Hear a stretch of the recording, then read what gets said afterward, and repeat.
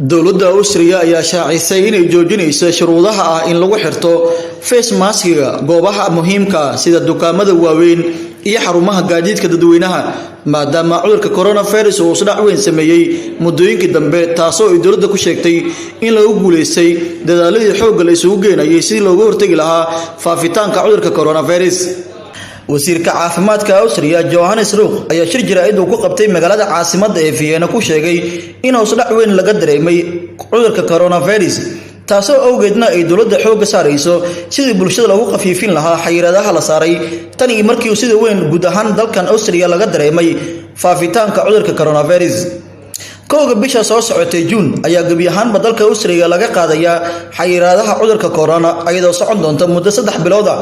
tan iyo markii xayiraado lagu soo rogay goobaha muhiimka ee bulshada isugu timaado si looga hortago faafitaanka coronavirus ayaa dadka inta badan waxay bilaabeen inay dowladda ku dhaliilaan xayiraadaha tirada badan ee bulshada la saaray. bulshada ku nool wadanka Austria ayaa si aad u soo dhaweeyay go'aanka lagu qafiifiyay xayiraadihii muddada saarnaa ee ka soo baxay dowladda.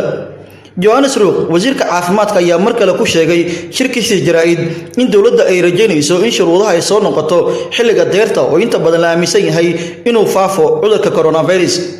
dhinaca kale wuxuu dadka xasuusiyay inay qaataan talaalka oo ay helaan xoojiye ka hor bilaha deerta si loogu ilaaliyo noocyo cusub oo suurtagelin kara in isbitaalka la dhigo iyadoo la bilaabi doono ololayaal dib u cusboonaysiin ah laga bilaabo bisha Agoosto si loo bilaabo qaadashada ka hortagida faafitaanka corona xilliga qaboobaha.